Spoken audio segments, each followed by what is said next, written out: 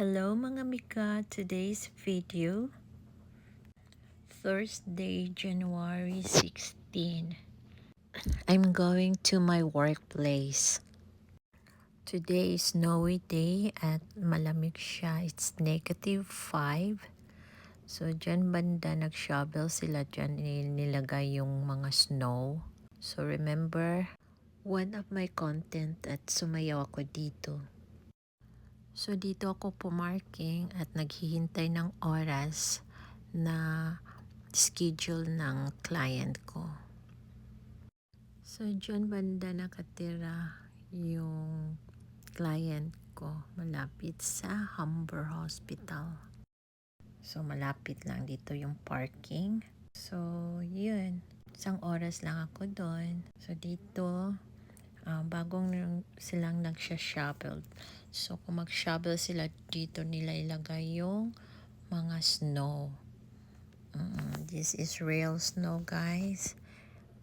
See, very soft pa sila. Pwede kang gumawa ng snowman. Sobrang lamig talaga. Yeah, madumi yung sasakyan ko kasi snow nga. So maputik. Punta na ako sa loob, guys, kasi nilamig na yung kamay ko. So nandyan yung snow, yung background ko na sumayaw ako. So yeah, tapos na ako sa work ko, guys, dun sa client. So papunta na ako sa next booking ko. Just only 5 minutes to drive. This is everyday routine of my work. Kasi yung work ko is community. So house to house visit. Kaya napaka-risky lalo na yung mag-drive ka na mag-snow.